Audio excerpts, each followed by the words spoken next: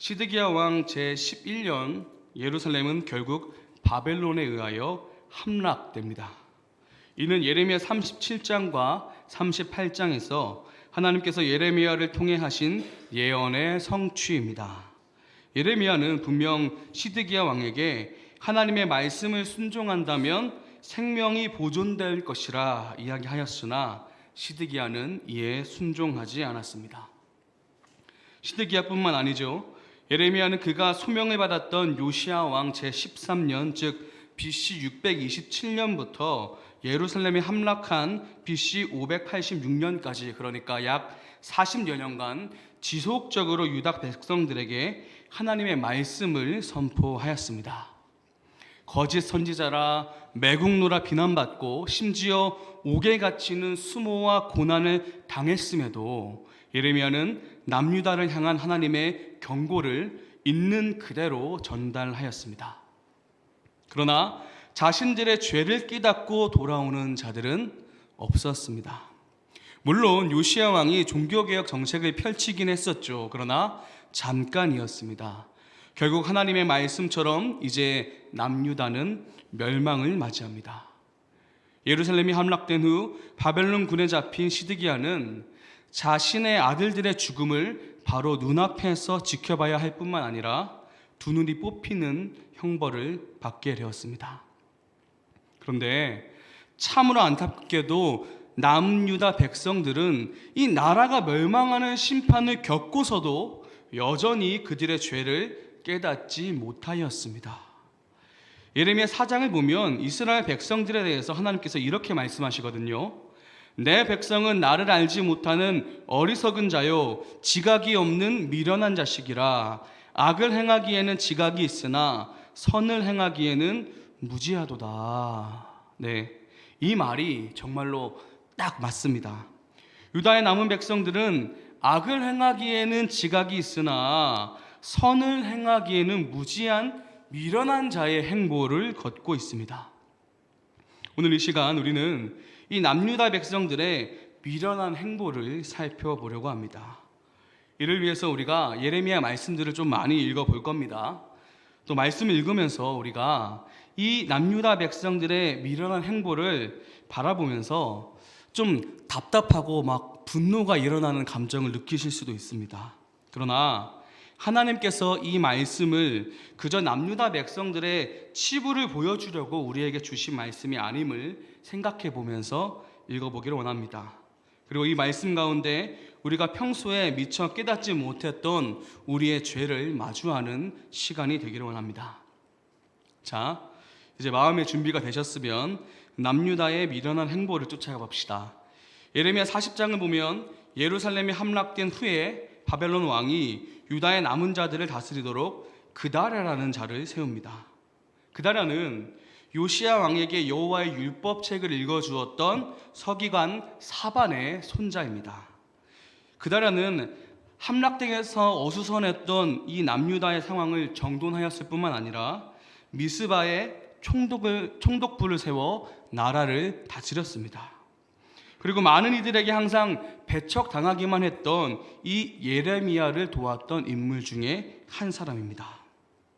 그러나 그는 이 자리에 오른 지 2달 만에 암몬 왕의 사주를 받은 유다 왕의 왕족 중에 한 사람인 이스마엘에게 암살을 당합니다. 그다랴를 죽었던 이스마엘은 더 나아가 그다랴에게 속한 사람들까지도 살해합니다. 이 동족 상잔이라는 비극적인 사건은 단순히 여기에서만 끝나지 않습니다. 그다랴는 누가 세웠습니까? 바벨론 왕이 세운 사람이죠. 그리고 그 사람을 암살했다는 것은 곧 반역을 일으킨 것과 같습니다.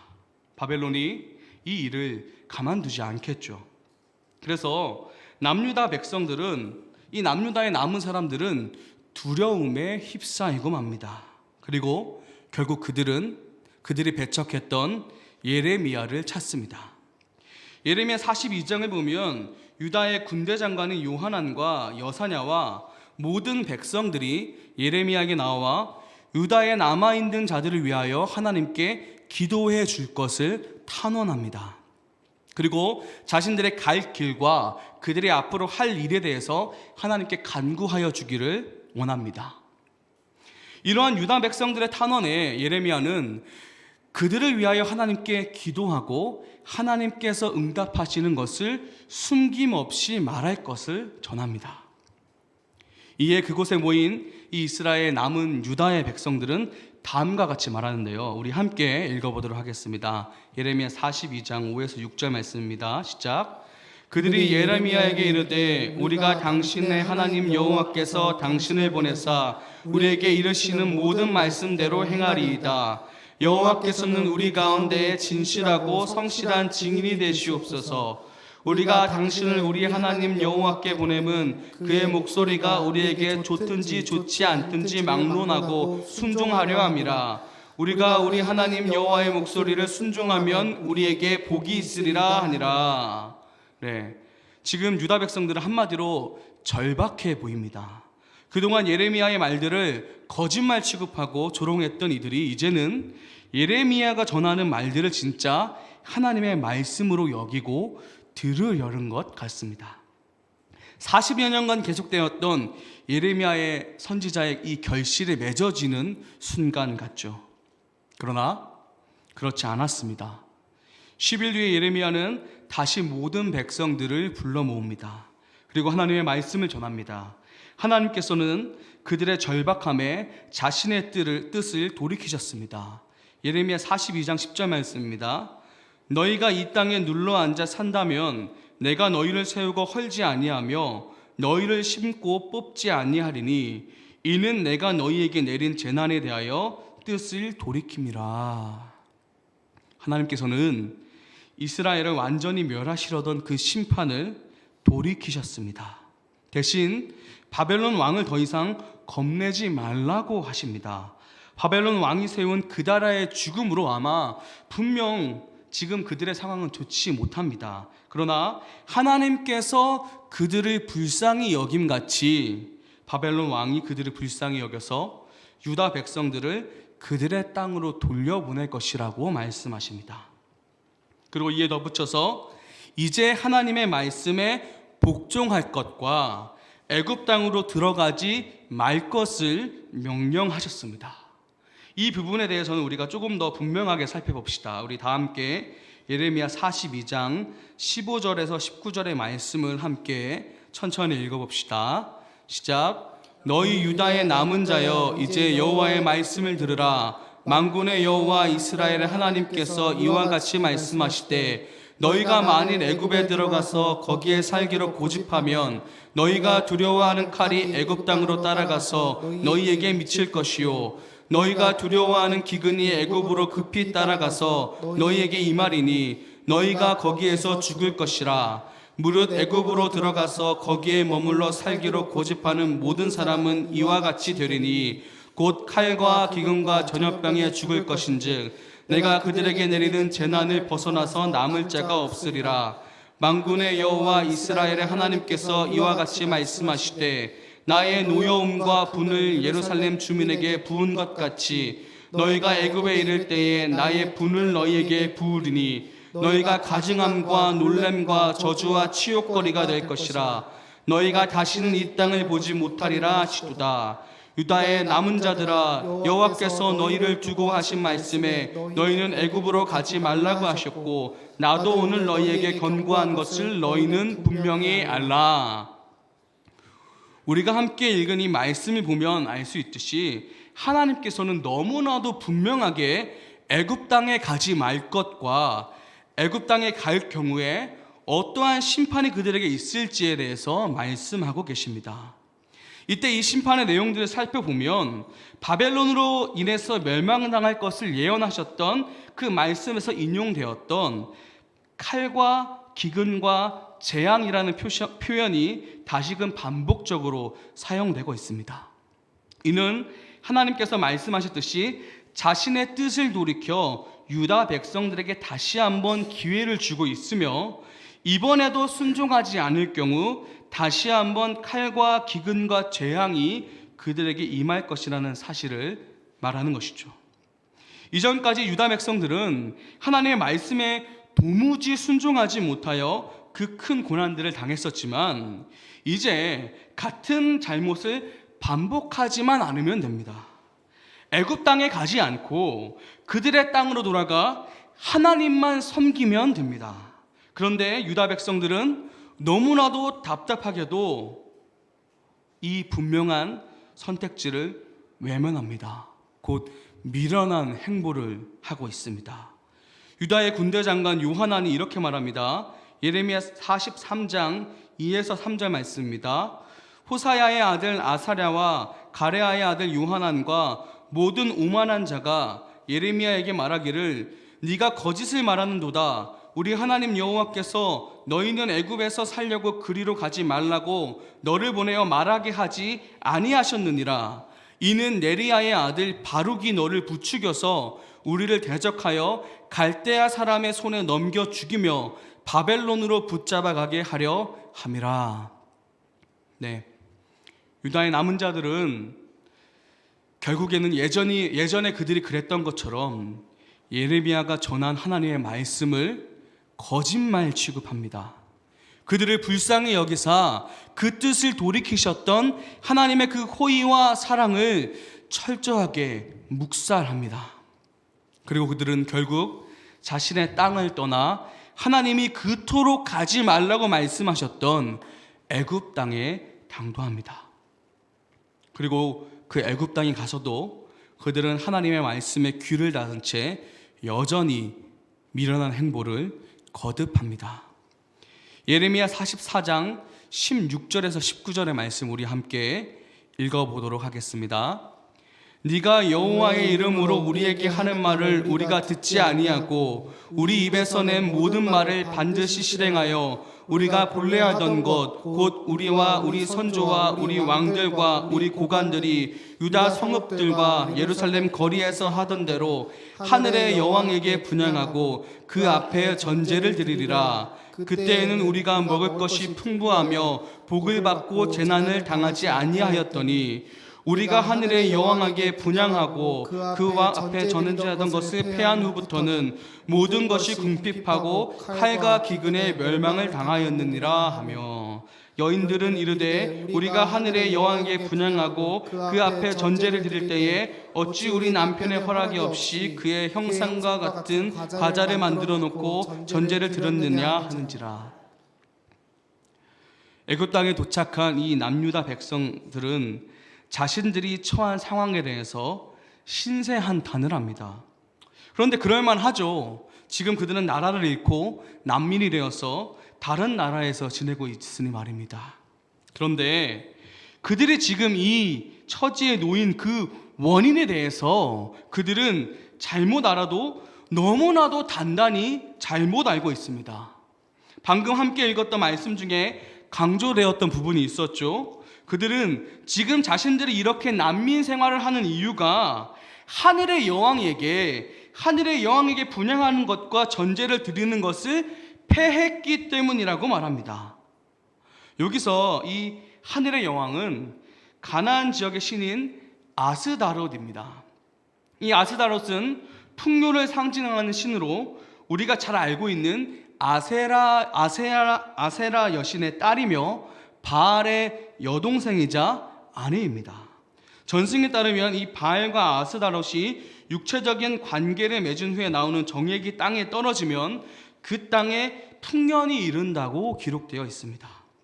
그래서 이 신을 섬기는 의식에 항상 육체적인 관계가 수반됩니다. 그리고 이 아스다롯은 가나안 땅뿐만 아니라 페니키아인들에게는 아스타르테, 아수르 바벨론에서는 이슈타르로 불렸고 그리스에서는 이 아스다롯을 아프로디테, 우리가 잘 알고 있는 비너스로 동일시하였다는 기록이 있습니다. 게다가 이 아스다롯은 훗날의 소아시아의 키벨레교에서 신도들에게 부활을 약속한 데모신 이스터로 명맥을 이어왔으며 지금도 이 이스터라는 이름으로 미국과 전역에서 봄의 여신으로 활동하고 있습니다. 하나님께서는 이 아스다롯에 대해서 분명하게 성경 말씀 가운데서 제거하라고 명령하셨습니다. 사무엘 시절에도 하나님께서 이스라엘의 회개를 바라시며 그들 중에 있는 아스다롯을 제거할 것을 명령하셨습니다. 그런데 이스라엘이 멸망한 이후에도 여전히 그들은 이 하늘의 여왕 아스다롯을 제거하지 못하였고, 오히려 이 아스다롯을 잘 섬기지 못하면 지금 그들이 나라를 잃은 처지에 놓여 있는 그 이유가 이 아스다롯을 잘 섬기지 못하였기 때문이라고 이야기하고 믿고 있습니다. 이 얼마나 미련한 행보입니까? 지금 그들이 처한 상황에 대해 이 이방인들도 왜 그들이 그러한 상황에 처했는지를 알고 있습니다. 예레미야 40장 2에서 3절의 말씀을 함께 읽어보겠습니다. 시작. 사령관이 예레미야를 불러다가 이르되 내 하나님 여호와께서 이곳에 이 재난을 선포하시더니 여호와께서 그 말씀하신 대로 행하였으니 이는 너희가 여호와께 범죄하고 그의 목소리에 순종하지 아니하였으므로 이제 이루어졌도다. 이 일이 너희에게 임한 것이니라. 여기서 이 말을 하고 있는 이 사령관은 이스라엘의 사령관이 아닙니다. 바벨론의 사령관 느부사라단입니다. 맞습니다. 이방인도 아닙니다. 지금 남유다 백성이 이렇게 된 것은 하나님께 범죄하고 하나님의 말씀에 순종하지 않았기 때문이라고 말합니다. 그래서 지금 이러한 일이 벌어지고 있음을 이 이방인들도 알고 있다는 말입니다. 그러나 남유다 백성들은 도무지 알지 못하고 있습니다. 그야말로 미련한 자식이며 악을 행하기에는 지각이 있으나 선을 행하기에는 무지한 모습입니다. 이렇게 미련한 행보를 거듭하고 있는 유다 백성들에게 이제 하나님께서는 이렇게 말씀하십니다. 오늘 우리가 읽었던 본문이죠. 예레미야 44장 25절에서 27절의 말씀을 다시 한번 함께 읽어보도록 하겠습니다. 시작. 만군의 여호와 이스라엘의 하나님께서 이와 같이 말씀하시되 너희와 너희 아내들이 입으로 말하고 손으로 이루려 하여 이르기를 우리가 서원한 대로 반드시 이행하여 하늘의 여왕에게 분향하고 전제를 드리라 하였은즉 너희 소원을 성취하며 너희 소원을 이행하라 하시느니라. 그러므로 애굽 땅에서 사는 모든 유다 사람이여 여호와의 말씀을 들으라. 여호와께서 말씀하시되 보라 내가 나의 큰 이름으로 맹세하였은즉 애굽 온 땅에 사는 유다 사람들의 입에서 다시는 내 이름을 부르며 주 여호와의 살아계심을 두고 맹세하노라 하는 자가 없으리라. 보라 내가 깨어 있어 그들에게 재난을 내리고 복을 내리지 아니하리니 애굽 땅에 있는 유다 모든 사람이 칼과 기근에 망하여 멸절되리라. 하나님께서 하시는 말씀은 간단히 말해서 이거죠. 그래 너네 그냥 하던 대로 다 해. 그냥 우상 계속 섬겨. 내가 내 이름을 걸고 말하는데 너네 다시는 내 이름을 부르며 다시는 나의 이름으로 맹세하는 사람 없을 거야. 대신에 나도 이제 내 일을 할게. 내가 말한 대로 범죄한 너희를 심판할게. 이렇게 말씀하시는 겁니다.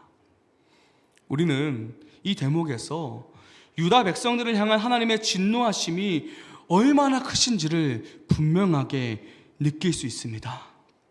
그러나 하나님께서는 여기서 그치지 아니하십니다. 하나님께서는 덧붙여 이 심판에 대한 확실한 표징에 대해서 말씀하십니다. 바로 애굽 왕 호브라에 대한 심판이죠.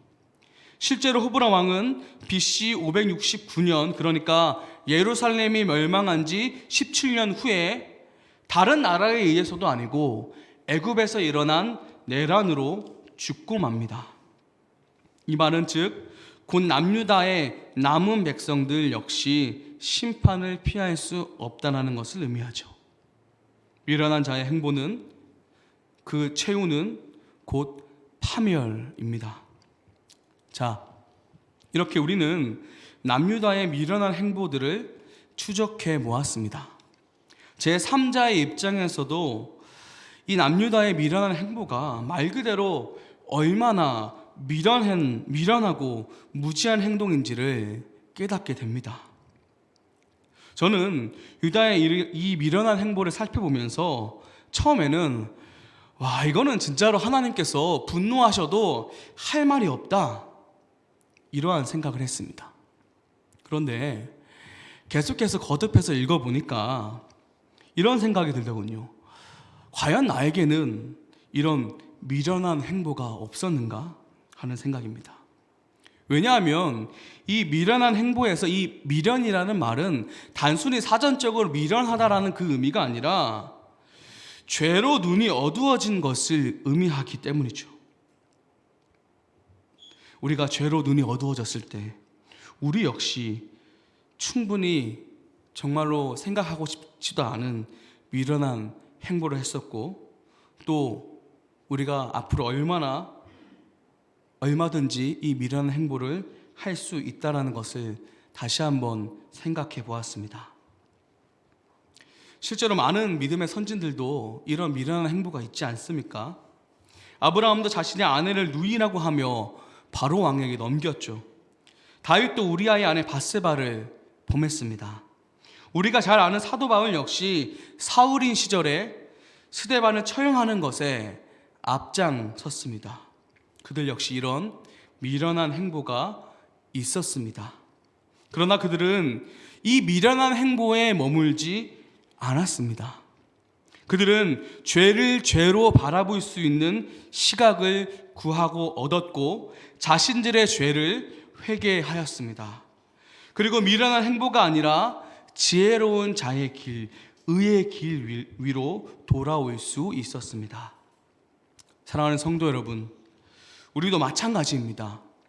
우리의 인생에도 역시나 죄로 눈 어두워 미련한 행보가 분명히 있고 또 있을 것입니다. 하지만 거기에 오래 머물지는 맙시다. 회개하고 다시 의의 자리로, 지혜로운 자리로 돌아옵시다. 그리고 될 수 있으면 미련한 행보에 있는 것이 아니라 영적인 눈과 귀를 깨어서 이 미련한 행보를 경계합시다. 경계하는 방법은 다른 것이 아닙니다. 하나님의 말씀을 가까이 하고 이에 순종하는 것입니다. 남유다 백성들에게도 분명 하나님의 말씀은 존재했습니다. 그러나 그들은 말씀을 보고 들어도 이를 거짓말 취급하였습니다. 우리 하나님의 말씀을 거짓말 취급하지 맙시다. 하나님의 말씀은 판단할 말씀이 아니라 순종해야 할 말씀입니다. 하나님의 말씀은 우리의 삶의 빛으로 주어진 말씀입니다.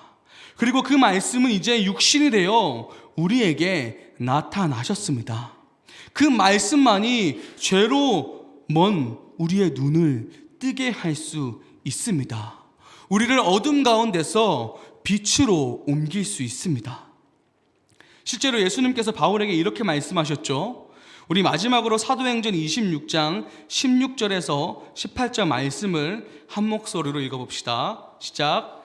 일어나 너의 발로 서라. 내가 내게 나타나는 것은 네가 나를 본 일과 장차 내가 내게 나타난 일에 너로 종과 증인을 삼으려 함이니 이스라엘과 이방인에게서 내가 너를 구원하여 그들에게 보내어 그 눈을 뜨게 하여 어둠에서 빛으로 사단의 권세에서 하나님께로 돌아오게 하고 죄사함과 나를 믿어 거룩하게 된 무리 가운데서 기업을 얻게 하리라 하더이다. 아멘.